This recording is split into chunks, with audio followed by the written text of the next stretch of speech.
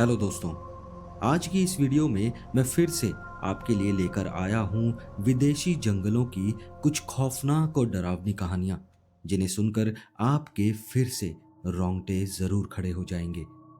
लेकिन वीडियो शुरू करने से पहले हर बार की तरह मैं आपसे रिक्वेस्ट करूंगा कि अगर कोई वीडियो या कोई भी कहानी आपको पसंद आए, अच्छी लगे, तो इस वीडियो को लाइक ज़रूर करना और हमारे चैनल को भी सब्सक्राइब करना। हमारा टारगेट है इस चैनल पर 1K सब्सक्राइबर्स करने का। और हाँ, कमेंट करके ज़रूर बताना कि आप देश और दुनिया के किस कोने से हमारी कहानी सुन रहे हैं, क्योंकि हमें भी ये जानकर बहुत खुशी होगी कि लोग कहाँ कहाँ से हमारी कहानी सुन रहे हैं। तो चलिए शुरू करते हैं आज की पहली कहानी।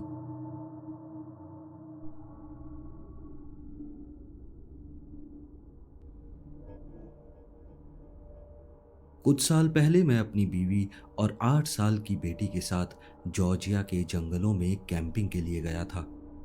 हम लोग बस नेचर में एक दो रातें बिताना चाहते थे।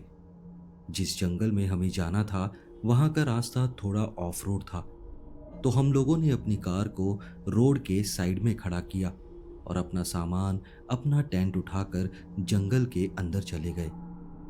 करीब 30 मिनट धीरे धीरे चलते हुए और नेचर को एंजॉय करते हुए हम लोग एक छोटी सी लेक के पास पहुंचे। आसपास बड़े बड़े पाइन ट्रीज थे और छोटी छोटी घास उगी हुई थी, लेकिन बीच में थोड़ी सी सपाट जमीन थी। लेक भी उस जगह की सुंदरता में चार चांद लगा रही थी। हमने सोचा कि हमें अपना टेंट यहीं पर लगाना चाहिए और इस सुंदरता का अनुभव लेना चाहिए। शाम को अंधेरा होते वक्त हमारी बेटी को नींद आने लगी। हमने उसको टेंट के अंदर सुला दिया और बाहर एक छोटी सी आग जलाकर बैठ गए। हम दोनों पति पत्नी बाहों में बाहें डालकर बैठे हुए थे और आसपास देखकर अपनी मन की बातें एक दूसरे से साझा कर रहे थे। मेरी पत्नी बता रही थी कि उसको ऐसे जंगल में रहने से डर लगता है, लेकिन वो सिर्फ मेरी वजह से ही कैंपिंग के लिए आती है। और ये बात बिल्कुल सच है, और मैं अपनी पत्नी का बहुत शुक्रगुजार हूं कि वो मेरे इस शौक को पूरा करने में मेरा साथ देती है। लेकिन सच कहूं तो वो हमारी लास्ट कैंपिंग ट्रिप थी, क्योंकि उस ट्रिप के बाद मैंने अपनी पत्नी से दोबारा कैंपिंग पर जाने को कभी नहीं कहा। जो उस रात हमारे साथ हुआ, उसके बाद मेरी हिम्मत ही नहीं होती कि मैं उससे कैंपिंग के लिए कह सकूं। और मैं जानता हूं कि अगर मैंने उससे कह भी दिया तो वो मुझे पागलों के डॉक्टर के पास तो जरूर ले जाएगी। हुआ ये था कि हम दोनों चुपचाप जंगल के माहौल का आनंद ले रहे थे और एक दूसरे से चिपक कर बैठे हुए थे। लेकिन मैंने एक चीज महसूस की। मैं पहले भी कई बार कैंपिंग कर चुका था, लेकिन इस बार जंगल मुझे बहुत शांत लग रहा था। रात के वक्त शांति तो होती ही है, लेकिन कीड़े मकोड़ों और थोड़ी बहुत छोटे जानवरों की हलचल तो सुनाई ही देती है। लेकिन उस रात एकदम सन्नाटा था। ना किसी पत्ते के हिलने की आवाज थी और ना ही हवा में कोई सरसराहट थी। थोड़ी ही देर बाद हमें उस लेक के दूसरी तरफ से कुछ कदमों की आवाज आई। वो आवाज काफी भारी कदमों की लग रही थी, लेकिन हमें लगा शायद सन्नाटा होने की वजह से वो आवाज भारी या तेज लग रही है। हम लोग झील के दूसरी तरफ ध्यान से देखने लगे। हम लोग सोच रहे थे कि शायद कोई पार्क रेंजर या कोई फॉरेस्ट ऑफिसर होगा।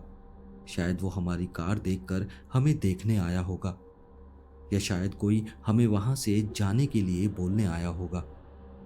लेकिन वो भारी कदमों की आवाज हमें कुछ देर तक ही सुनाई दी, लेकिन हमें वहां कोई भी दिखाई नहीं दिया। हम दोनों एक दूसरे को देखते रहे, समझने की कोशिश करते रहे कि ये सब आवाज थी किसकी। वो किसी जानवर के पैरों की भी आवाज नहीं थी। मैं लगभग हर जानवर के कदमों की आवाज जानता था। वो ना किसी हिरन के पैरों की आवाज थी और ना ही किसी घोड़े के पैरों की आवाज। एक बार को सोच सकते हैं कि शायद भालू हो सकता है, लेकिन मैं जानता हूं उन जंगलों में भालू पाए ही नहीं जाते हैं। हम अभी ये सब सोचने समझने की कोशिश ही कर रहे थे कि तभी हमें फिर से कुछ सरसराहट की आवाज आने लगी। लेकिन इस बार ये आवाज जमीन से नहीं, बल्कि हमारे ऊपर जो लंबे लंबे पाइन ट्रीज थे उनसे आ रही थी। ऐसा लग रहा था जैसे उन पेड़ों पर कोई चल रहा हो। धीरे धीरे वो आवाज इतनी बढ़ने लगी कि ऐसा लगने लगा जैसे बहुत सारे बंदर उन पेड़ों पर इधर उधर भाग रहे हों। बीच बीच में ऊपर से कुछ पाइन्स और पत्तियां भी टूटकर गिर रहे थे। हमें समझ ही नहीं आ रहा था कि इन पेड़ों पर ऊपर आखिर है क्या। हमें उन पेड़ों पर कोई जानवर या कोई पक्षी दिख ही नहीं रहा था। अब हमें लगा कि शायद यहाँ कुछ और ही गड़बड़ हो रही है। मुझे अपनी बेटी का ख्याल आया। मैं जल्दी से टेंट की तरफ भागा और पीछे पीछे मेरी पत्नी भी भागी। हम दोनों जाकर टेंट में घुस गए। वहां हमारी बेटी भी उठकर बैठी थी और डर के मारे इधर उधर देख रही थी कि आखिर बाहर हो क्या रहा है। ऐसा लग रहा था जैसे पेड़ों पर रहने वाले जानवरों का कोई बड़ा समूह उत्पात मचा रहा हो। पूरे जंगल में वो अजीब सी आवाजें गूंज रही थीं। पहले हमने सोचा कि सब सामान वहीं छोड़कर कार की तरफ भागा जाए, लेकिन हमारी कार वहां से करीब 30 मिनट की दूरी पर थी। अगर हम भागकर भी जाते तो हमें कम से कम 15 मिनट तो जरूर लगते। और बाहर की आवाजें इतनी हिंसक और डरावनी थीं कि हमारी हिम्मत ही नहीं हो रही थी बाहर निकलने की। वो आवाजें करीब 15 से 20 मिनट के बाद आनी बंद हो गईं और जंगल में फिर से वही अजीब सा सन्नाटा फैल गया। हम लोग पूरी रात टेंट में ही बैठे रहे और सुबह होने का इंतजार करने लगे। पूरी रात हमें डर के मारे नींद ही नहीं आई। सुबह उठकर जब बाहर का नजारा देखा तो हम चौंक गए। ऐसा लग रहा था जैसे कोई भयानक आंधी या तूफान वहां आया था। सारे पेड़ों की पत्तियां, टहनियां सब जमीन पर टूटे पड़े थे।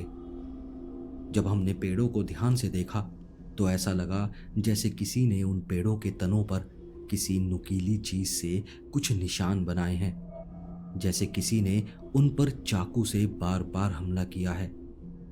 शायद वो कुछ नाखूनों के निशान थे, पर वो नहीं जो आप समझ रहे हैं, जैसे आपने फिल्मों में लंबे लंबे निशान देखे होंगे। वो निशान ऐसे थे जैसे कि उन पेड़ों पर कोई चढ़ रहा था और उसके बड़े बड़े नाखून पेड़ों के तनों में घुस रहे थे। हम लोग जल्दी से अपना सारा सामान इकट्ठा करके वहां से भागे और अपनी कार में बैठकर निकल गए। मैं आज तक फिर कभी कैंपिंग करने गया ही नहीं। कुछ ही हफ्तों बाद मुझे पता लगा कि उन जंगलों में सरकार ने घुसने पर ही बैन लगा दिया है। शायद सच में वहां कोई अजीब जानवर या इंसान है जो लोगों को इस कदर डरा देते हैं कि वो वहां वापस कभी जा ही ना पाए। या पता नहीं, कोई अलौकिक शक्ति वहां राज करती है। जो भी है, मैं तो अब किसी भी जंगल में जाने का सोचता ही नहीं हूं। अब आप लोग ही बताएं कि वो आखिर था क्या।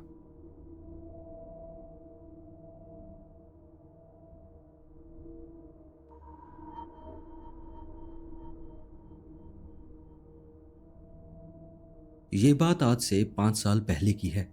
तब मैं 12-13 साल का था। उस दिन मेरा बर्थडे था और मैंने अपने फादर से एक रिक्वेस्ट की थी कि इस बार मैं अपना बर्थडे कुछ अलग तरीके से मनाना चाहता हूँ। हमारे घर के पास एक छोटा सा जंगल था और वहाँ जंगल में एक लकड़ी का बड़ा सा केबिन बना था। वो शायद मेरे दादाजी के दिमाग की उपज थी। वो हमेशा से जंगलों में कुछ दिन बिताने के लिए उस केबिन हाउस में रहने चले जाते थे। तो मैंने भी अपने फादर से ये इच्छा जाहिर की कि मैं अपना बर्थडे उसी कैबिन में मनाना चाहता हूँ। और मेरे फादर को भी ये आइडिया अच्छा लगा। उन्होंने और मेरी मदर ने मिलकर पूरे कैबिन को मेरे बर्थडे के लिए डेकोरेट किया और मैंने अपने कजन्स और कुछ फ्रेंड्स को बर्थडे पार्टी और नाइट स्टे के लिए इनवाइट किया। मैं अपने दोस्तों के साथ जंगल के बीचों बीच एक लकड़ी के घर में पूरी रात बिताना चाहता था, इसलिए मैं बहुत ज़्यादा एक्साइटेड था। मैं वैसे तो हमेशा कैंपिंग करना चाहता था, लेकिन ये एक्सपीरियंस भी कैंपिंग से कम नहीं था। शाम के वक्त मैं अपने माता पिता के साथ कैबिन को सजाने में लगा हुआ था। तभी बहुत जोर से कैबिन का गेट बजने लगा। मैंने भागकर गेट खोला तो वहां मेरे कजन्स खड़े थे। उनके हाथ में कुछ गिफ्ट्स और कुछ गेम्स थे। फिर ऐसे ही धीरे धीरे मेरे सभी दोस्त आ गए। हम कम से कम 10 से 12 बच्चे थे, जिसमें लड़के और लड़कियां सभी शामिल थे। मेरी माँ डेकोरेशन का काम खत्म होने के बाद घर वापस चली गई और मेरे पिता वहां सबके खाने पीने का ख्याल रख रहे थे। हम लोगों ने गेम्स खेले और फिर केक कट किया। सब लोग बहुत खुश थे। मेरा दोस्त बेन थोड़ा मायूस था, क्योंकि उसके माता पिता के बीच अभी हाल ही में डिवोर्स हुआ था। उस वक्त मैं कारण तो नहीं जानता था, लेकिन इतना जरूर पता था कि उसके पिता उसकी माँ और उसके साथ मारपीट किया करते थे। केक कटिंग होने के बाद मेरे पिता को कुछ काम से घर जाना था, तो वो हम लोगों को थोड़ी बेसिक सी चीजें समझाकर कुछ देर के लिए घर चले गए। मेरे घर से उस कैबिन तक आने जाने में करीब 1 घंटे का समय लगता था। उन्होंने हमसे कहा था कि वैसे यहाँ कोई डर तो नहीं है, पर फिर भी किसी अनजान व्यक्ति के लिए गेट मत खोलना और ना ही कैबिन से बाहर जाना। हम लोग भी समझदार थे और कोई भी ऐसी बेवकूफ़ी नहीं करने वाले थे। कैबिन के पीछे की तरफ छोटा सा आंगन था, या कहो खुला एरिया था, और उसके बाद कैबिन के चारों तरफ की बाउंड्री थी। हम में से कुछ लोग अंदर टीवी देख रहे थे और कुछ लोग फर्स्ट फ्लोर पर रूम में सोने चले गए थे। होते हैं ना कुछ बच्चे जिनका रात का रूटीन फिक्स होता है और वो बाहर जाकर भी वही फॉलो करते हैं। मैं और मेरे 2 कजन्स बाहर खुले हिस्से में चेयर डालकर बैठे थे और हम लोग बात कर रहे थे कि अगर बॉन फायर का भी इंतजाम हो जाता तो कितना अच्छा होता। अभी कुछ मिनट ही हुए थे कि हमें बाउंड्री के बाहर घने पेड़ों की तरफ से किसी के चलने की आवाज आने लगी। पहले हमें लगा कि शायद वो कोई जानवर है। उस एरिया में बहुत सारे हिरन पाए जाते हैं, तो हमें भी लगा शायद कोई हिरन होगा। लेकिन थोड़ी ही देर में हमें एहसास हुआ कि वो 4 पैरों की नहीं बल्कि 2 पैरों की आवाज है। कोई धीरे धीरे पेड़ों के बीच चल रहा था। मुझे लगा कि शायद कोई होगा जो वहां से निकल रहा होगा। हो सकता है कोई जंगल में गया हो और वहां से बाहर आ रहा हो। उस एरिया में किसी जानवर या किसी इंसान का कोई खास डर नहीं था। वहां सब लोग एक दूसरे को बहुत सपोर्ट करते थे। इसीलिए मेरे पिता भी हमें 1 घंटे के लिए अकेला छोड़ गए थे। हम लोग वापस अपनी बातों में लग गए, लेकिन वो पैरों की आवाज फिर से सुनाई देने लगी, और इस बार और भी करीब से।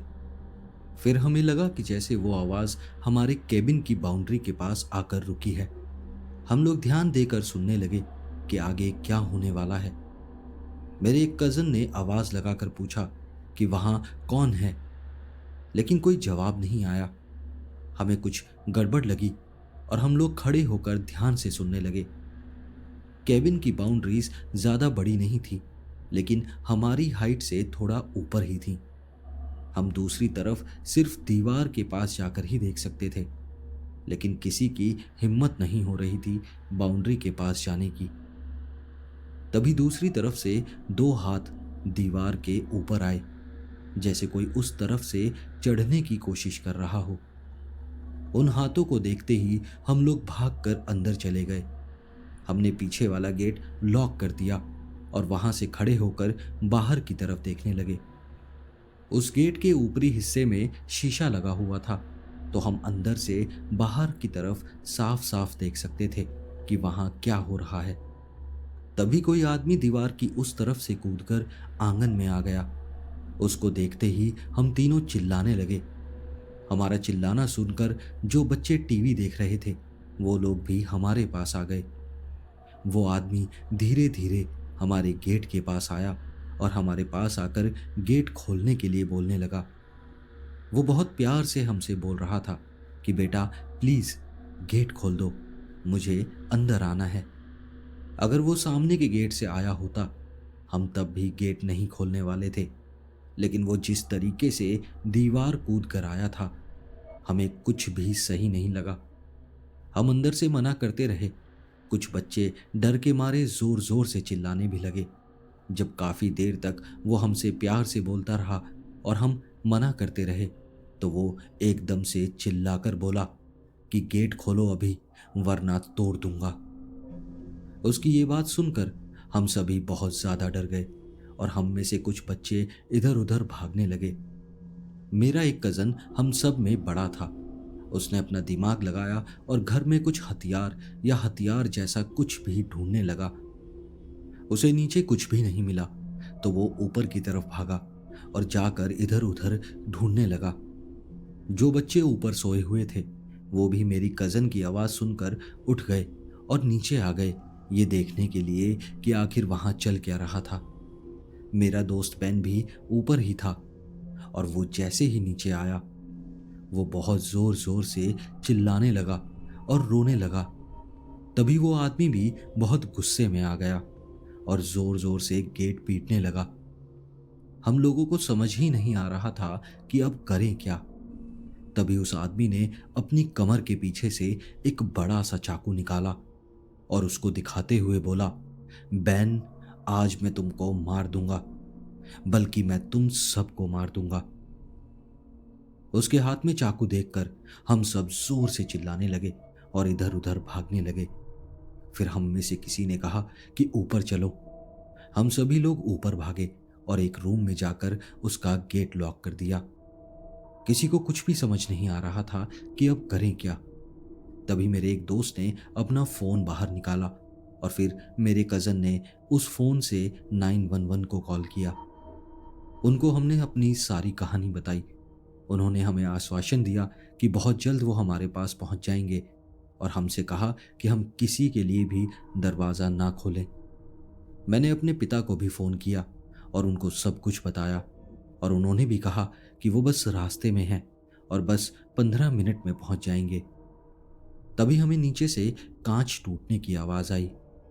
शायद वो आदमी गेट का कांच तोड़कर अंदर आ गया था। लेकिन अब एक बहुत अजीब बात हुई। कांच टूटने की आवाज़ आते ही बैन चिल्लाने लगा, मेरे पापा मुझे नहीं छोड़ेंगे, वो मुझे आज मार ही देंगे, प्लीज तुम लोग मुझे बचा लो। उसकी ये बात सुनकर हम हैरान हो गए। वो आदमी तुम्हारे पापा हैं? और उसने कहा, हाँ। लेकिन तभी हमें उस आदमी की ऊपर चढ़ने की आवाज आने लगी। अब हम लोगों की हालत बहुत खराब थी। हम बस टाइम देख रहे थे कि हमारे पास वो आदमी पहले आएगा या कोई मदद। उस आदमी ने हमारे रूम का गेट पीटना शुरू कर दिया। कम से कम 5 मिनट तक यही चलता रहा और फिर बाहर से पुलिस सायरन की आवाज आने लगी। कम से कम 5 पुलिस कार हमारे कैबिन के पास आकर रुकी और उस आदमी ने भी शायद वहां से भागने की कोशिश की थी, लेकिन पुलिस ने उसको वहीं दबोच लिया और हम लोग भी गेट खोलकर बाहर आ गए। हम सभी की हालत बहुत खराब थी और शायद बैन ने तो अपनी पैंट भी गीली कर ली थी। कुछ ही देर में मेरे पिता भी आ गए और हमसे सॉरी बोलने लगे। इस सब इंसिडेंट्स के बाद पता लगा कि बात थी क्या। हुआ ये था कि बैन के पिता नशे के शौकीन थे और वो नशे में उसकी माँ के साथ मार पिटाई किया करते थे। हद जब पार हुई जब उन्होंने बैन के साथ भी यही सब शुरू कर दिया। उसके बाद बैन की माँ ने डिसाइड किया कि वो डिवोर्स लेंगी और बैन को इस आदमी से बचा कर रहेंगी। उसके पिता चोरी छुपे बैन से मिलते रहे और उसे समझाने की कोशिश करते रहे कि वो अब कभी उसके साथ गलत व्यवहार नहीं करेंगे, लेकिन बैन को उन पर कभी भरोसा नहीं हुआ और बस इस वजह से ही वो बैन से गुस्सा हो गए। उस दिन भी वो नशे की हालत में थे और पुलिस पूछताछ में पता चला कि उनको पता लग गया था कि बैन मेरी बर्थडे पार्टी में आ रहा था और पार्टी कहाँ हो रही थी और उनका इरादा बैन को सच में मार देने का ही था। भगवान ऐसे पिता किसी को भी ना दे।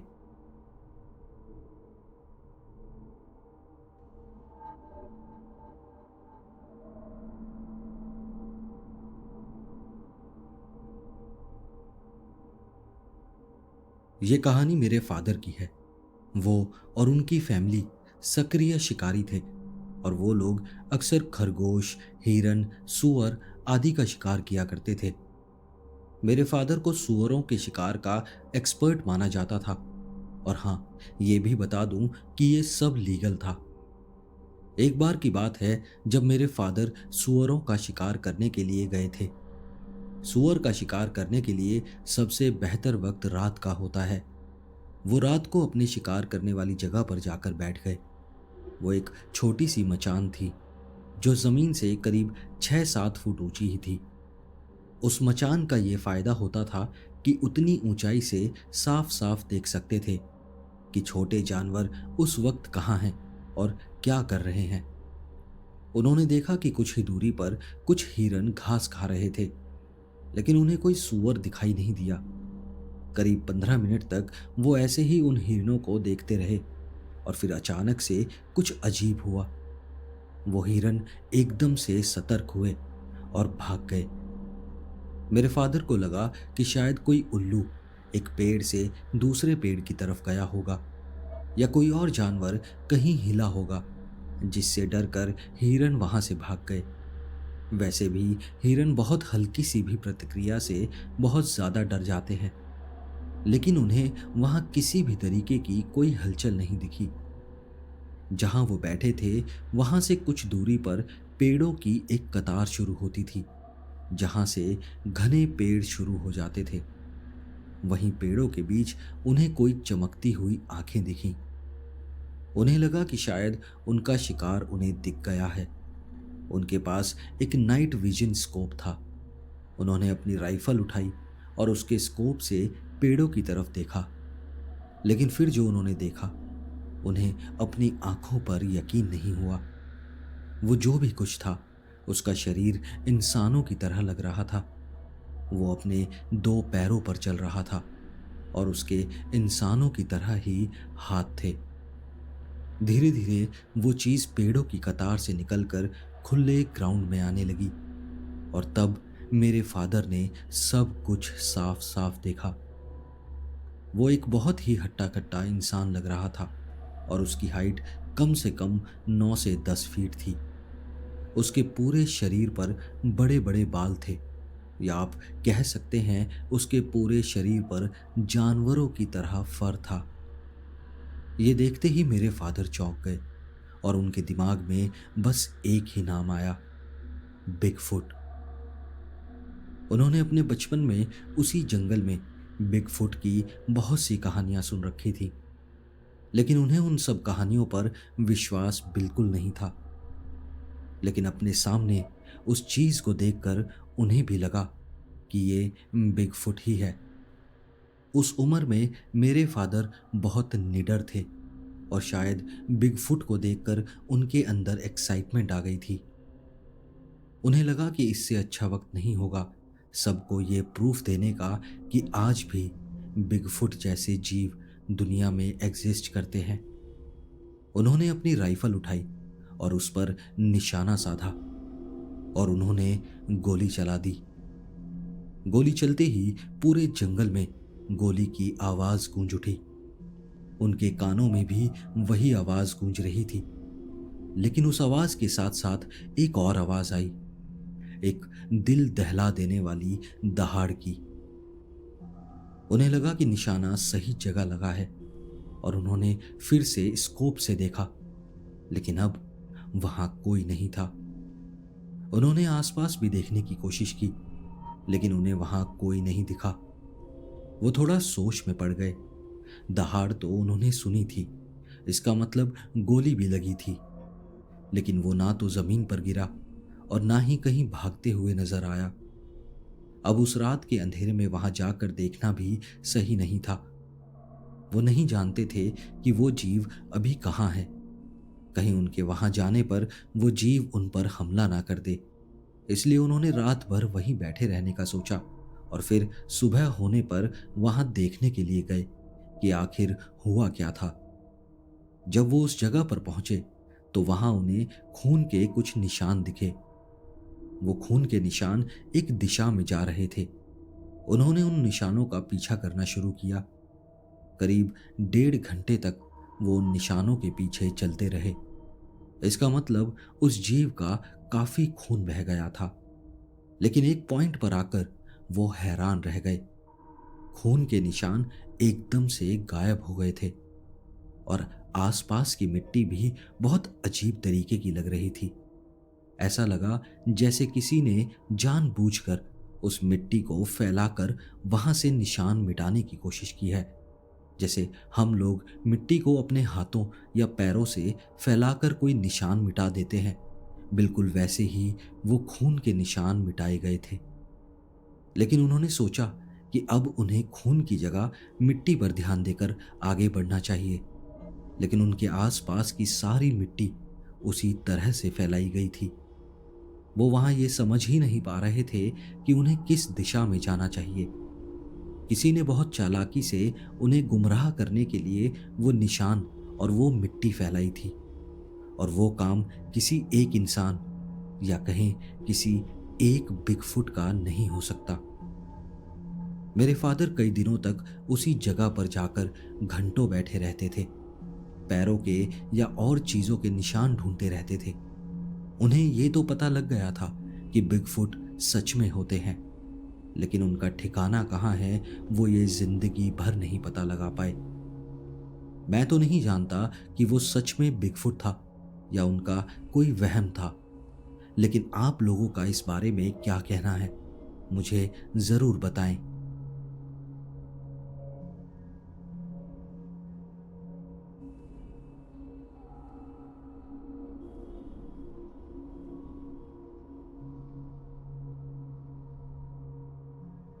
ये 2015 की बात है। मैं और मेरा सबसे अच्छा दोस्त स्कॉट और उसके बड़े बेटे डेविड मॉर्गन मॉनरो जलाशय पर मछली पकड़ने गए थे। हम हर साल अगस्त में पूरी रात की मछली पकड़ने की यात्रा पर जाया करते थे। मैं स्कॉट के घर पर जाता था, अपना मछली पकड़ने का सामान उसी के ट्रक में लोड करता था और उसे उसका सामान लोड करने में मदद करता था ताकि हम लोग जल्दी शुरुआत कर सकें। मैं हर साल इस यात्रा का बेसब्री से इंतजार करता था। यह हमारा पूरे हफ्ते की मेहनत के बाद रिलैक्स करने का एक तरीका था। स्कॉट का बड़ा बेटा डेविड उस समय अपनी सीनियर ईयर शुरू कर रहा था और स्कूल खत्म करने के लिए उत्साहित था। उस समय मैं केवल 28 साल का था और मैंने उसे मजाक में कहा, अभी जिंदगी का मजा लो, क्योंकि बड़े होकर पता लगेगा कि जिंदगी कितनी मुश्किल है। स्कॉट और मैं उस समय तक एक दूसरे को 10 साल से भी ज्यादा समय से जानते थे और उतने ही समय से एक साथ काम कर रहे थे। हमारी दोस्ती एक भाईचारे की तरह थी और हम हमेशा एक दूसरे का ख्याल रखते थे। हम अपने पसंदीदा मछली पकड़ने के स्थान की ओर गाड़ी चलाते हुए जा रहे थे। मैंने स्कॉट से कहा कि हमें ज्यादा चारा खरीदने के लिए रुकना होगा। उसने थोड़ा चिढ़न के साथ सर हिलाया। मैंने उससे पूछा कि तुम ठीक हो ना? उसने जवाब दिया, मैं बस जल्दी से पानी के पास पहुंचना चाहता हूं। मैंने सोचा था कि तुम पहले ही चारा खरीद चुके होगे। उसकी ये बात सुनकर मुझे थोड़ा बुरा लगा, लेकिन फिर भी मैंने उससे कहा, क्या करूं यार, मैं भी तो एक इंसान हूं। फिर हम एक छोटे गैस स्टेशन पर रुके और कुछ कीड़े मकोड़े और अन्य सामान खरीदा। फिर हमने अपनी गाड़ी में सामान को लोड किया और गाना सुनते हुए अपनी यात्रा जारी रखी। जब आखिरकार हम वहां पहुंचे तो घास पर एक बोर्ड लगा हुआ था जिस पर लिखा था, जानवरों के हमले के कारण बंद है। अब उस बोर्ड को देखकर हम लोग थोड़ा कंफ्यूज हो गए। सूरज ढलने लगा था, अंधेरा शुरू होने लगा था, लेकिन फिर हमने सहमति बनाई कि उस बोर्ड और उस अंधेरे की परवाह करनी ही नहीं है। स्कॉट और मैं अक्सर बंदूकें अपने साथ रखा करते थे, इसलिए हमें सुरक्षित महसूस हो रहा था। हम अपना सामान लेकर जल्दी जल्दी ट्रेल से नीचे उतरने लगे क्योंकि हम मछली पकड़ने के लिए बहुत उत्साहित थे। सभी चीजें सेट करने के बाद हम तीनों इस बात पर मजाक करने लगे कि कौन सबसे ज्यादा मछली पकड़ेगा। डेविड ने सबसे पहले पानी में लाइन डाली और घोषणा की कि वो हमसे ज्यादा मछली पकड़ेगा, लेकिन स्कॉट और मैंने तुरंत अपनी लाइनें डाली और उसे मजाक में टाल दिया।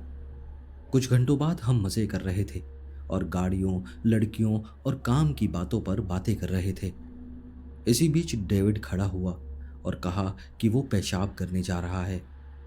मैंने उसे एक टॉर्च ले जाने को कहा क्योंकि अंधेरा था और मैं नहीं चाहता था कि वो कहीं खो जाए। डेविड ने टॉर्च ली और वो अंधेरे में गायब हो गया। उसी समय हमें दूर से एक दस्तक देने की आवाज सुनाई दी। वो आवाज कुछ ऐसी थी, ठक ठक। वो आवाज सुनकर मैं थोड़ा चौंक गया, लेकिन मैंने सोचा शायद डेविड हमें डराने की कोशिश कर रहा है। डेविड वापस आया तो स्कॉट ने कहा, यहाँ रात के वक्त बीच जंगल में हमें बेवकूफ बनाने की जरूरत नहीं है। लेकिन फिर डेविड ने कहा, पहली बात तो तुम लोग किसको बेवकूफ बनाने की बात कर रहे हो, और दूसरी बात, ये ठक ठक की आवाज कौन कर रहा था। तभी वो दस्तक की आवाज फिर से आई, पहले से भी ज्यादा तेज। मैंने खड़े होकर डेविड से टॉर्च ली और आवाज की दिशा में टॉर्च की रोशनी डाली, लेकिन वहां मुझे कुछ भी नजर नहीं आया। तभी अचानक एक बड़ा पत्थर हमारी जगह के करीब आकर गिरा। मैंने टॉर्च की रोशनी घास पर फेंकी और देखा वो एक बहुत बड़ा पत्थर था, लगभग 10 से 20 पाउंड का। स्कॉट को चिंता होने लगी कि शायद कोई हमें परेशान कर रहा है, लेकिन डेविड ने कहा, यह इंसानों का काम नहीं लगता, ये कहीं भालू तो नहीं है। मैंने कहा, भालू ना तो दस्तक देते हैं और ना ही पत्थर फेंकते हैं। हमारा डर बढ़ने लगा, लेकिन फिर कुछ समय के लिए सब कुछ शांत हो गया। मैंने देखा कि रात के लगभग 3 बज रहे थे, लेकिन तभी वो दस्तक फिर से सुनाई दी और इसके बाद एक और भयानक आवाज सुनाई दी, जिसे मैं केवल एक चीख और हुंकार के मिश्रण के रूप में वर्णित कर सकता हूं। यह आवाज बहुत करीब थी और इसने हमें झकझोर कर रख दिया था। मैंने स्कॉट और डेविड से कहा, चलो यहां से निकलते हैं, और उन्होंने भी एक साथ हाँ कहा। हमने अपना सामान तेजी से समेटना शुरू किया। डर अब हमारे ऊपर पूरी तरह से हावी हो चुका था। स्कॉट ने फुसफुसाकर कहा, शायद ये कोई जानवर है, हमें जल्दी करनी होगी। हमने अपने बैग और मछली पकड़ने का सामान उठाया और ट्रेल की ओर बढ़ने लगे। डेविड बीच में चल रहा था, स्कॉट उसके पीछे और मैं सबसे आगे था। हम सब चुप थे, लेकिन हमारी हरकतें बहुत जल्दी जल्दी हो रही थी। जैसे ही हम ट्रेल के आधे रास्ते पर पहुंचे, वो भयानक दस्तक फिर से शुरू हो गई, लेकिन अब ये और भी नजदीक लग रही थी। मैंने टॉर्च की रोशनी चारों ओर घुमाई, लेकिन मुझे कुछ भी नहीं दिखाई दिया। तभी ट्रेल के किनारे की झाड़ियों में कुछ हलचल हुई। हम तीनों एक साथ रुक गए। स्कॉट ने धीरे से पूछा कि यह क्या था। मैंने झाड़ियों की ओर टॉर्च फेंकी, लेकिन वहां कुछ भी नजर नहीं आया। हमने जैसे ही फिर से चलना शुरू किया, झाड़ियों से एक बहुत बड़ा पत्थर हमारी तरफ फेंका गया। यह हमारे पास जमीन से आकर टकराया, जिससे धूल भी उड़ गई। यह स्पष्ट था कि हमें वहां से निकलने का संकेत दिया जा रहा था। डेविड ने डर के मारे चिल्लाकर कहा, प्लीज यहां से जल्दी चलते हैं। हम तीनों अब तेजी से दौड़ने लगे। ट्रेल के अंत में हमारी गाड़ी खड़ी थी और वो अब हमें सुरक्षा का एकमात्र जरिया लग रही थी। हम हांफते हुए और थरथराते हुए कदमों के साथ वहां पहुंचे। स्कॉट ने जल्दी से अपनी ट्रक की चाबी निकाली और दरवाजा खोलते हुए चिल्लाया कि सब लोग जल्दी से अंदर बैठो। जैसे ही हम गाड़ी में बैठे, स्कॉट ने इंजन स्टार्ट किया और ट्रक को तेजी से घुमाया। तभी पीछे से एक जोरदार चीख सुनाई दी, जो इंसान की आवाज नहीं लग रही थी। वो इतनी तेज और भयानक थी कि हमारी रूह कांप गई। गाड़ी तेज गति से ट्रेल से बाहर निकल रही थी, लेकिन जैसे ही हमने मुख्य सड़क पर कदम रखा, हमें राहत की सांस महसूस हुई। हमने पीछे मुड़कर देखा, लेकिन अब वहां कुछ भी नहीं था। ऐसा लग रहा था जैसे वो भयानक एहसास और अजीब आवाजें जंगल के भीतर ही कहीं गुम हो गई थी। हमने बिना एक शब्द कहे बाकी रास्ता तय किया। जब हम स्कॉट के घर पहुंचे तो हम सब चुपचाप अपने अपने रास्ते चले गए। उस रात के बाद हमने फिर कभी उस जलाशय पर मछली पकड़ने का विचार भी नहीं किया। हमने उस अनुभव के बारे में किसी को भी नहीं बताया, लेकिन उस जगह के बारे में अखबारों में पढ़ा कि वहां लोगों ने रहस्यमयी गतिविधियां महसूस की थीं। आज भी जब मैं उस घटना को याद करता हूं, तो मेरे शरीर में एक सिरहन सी दौड़ जाती है। मुझे नहीं पता कि वो क्या था, लेकिन इतना जरूर पता है कि वो कोई साधारण चीज नहीं थी।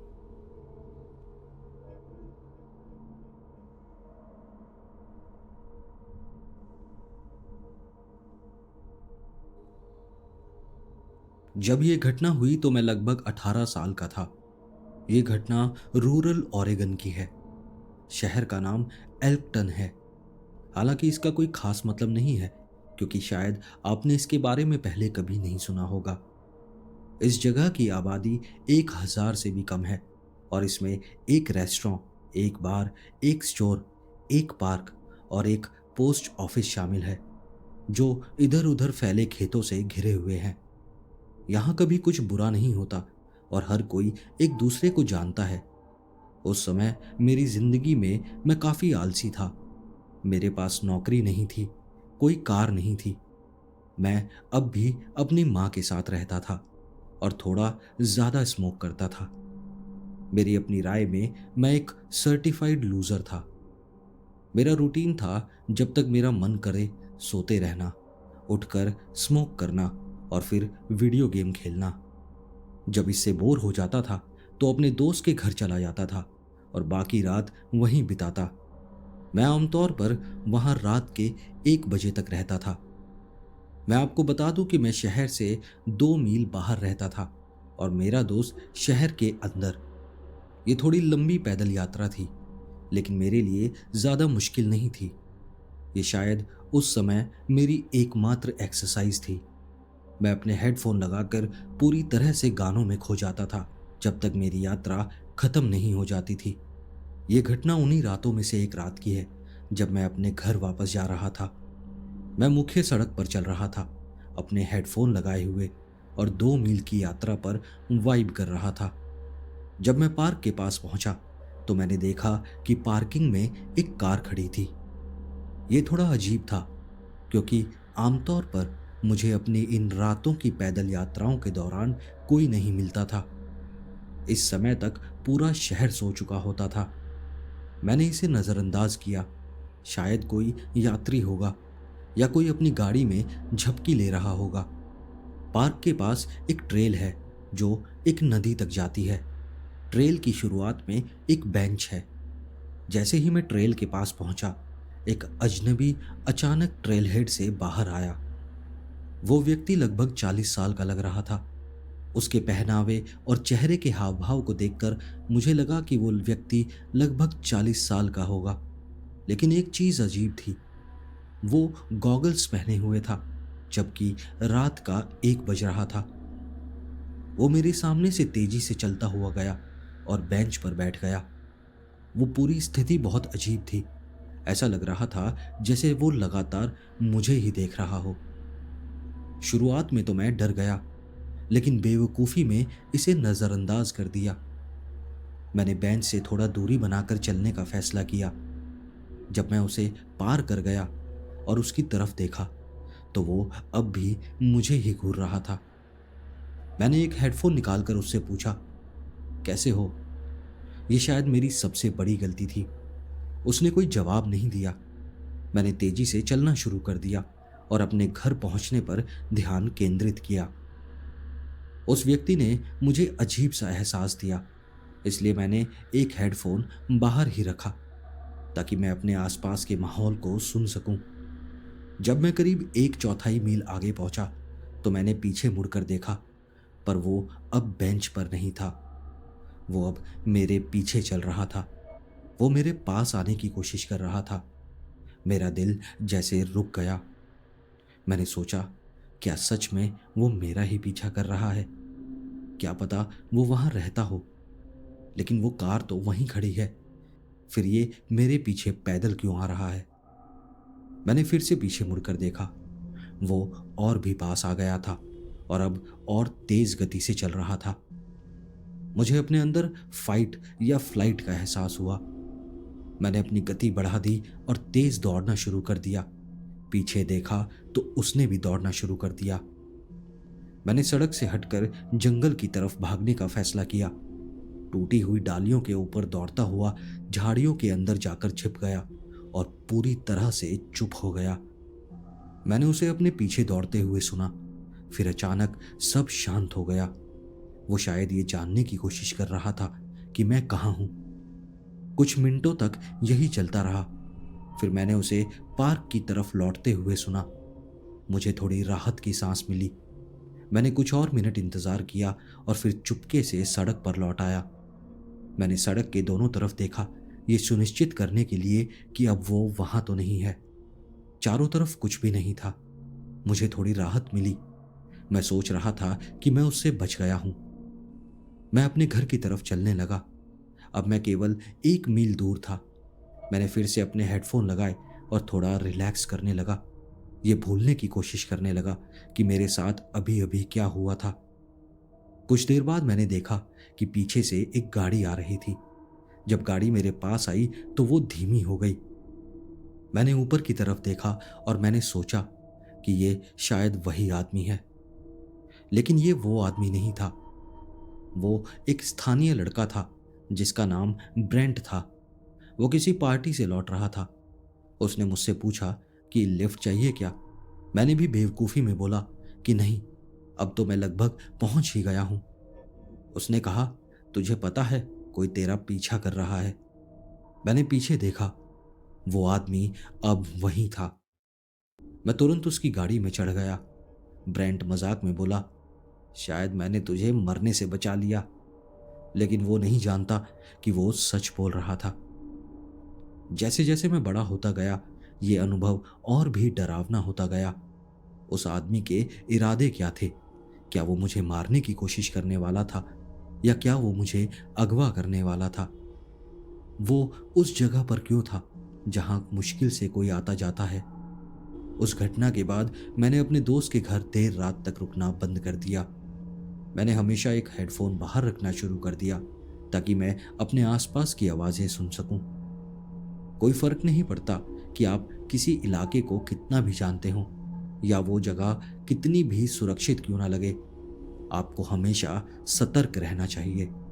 इस दुनिया में वास्तव में बुरे और पागल लोग मौजूद हैं। हमेशा सुरक्षित रहें।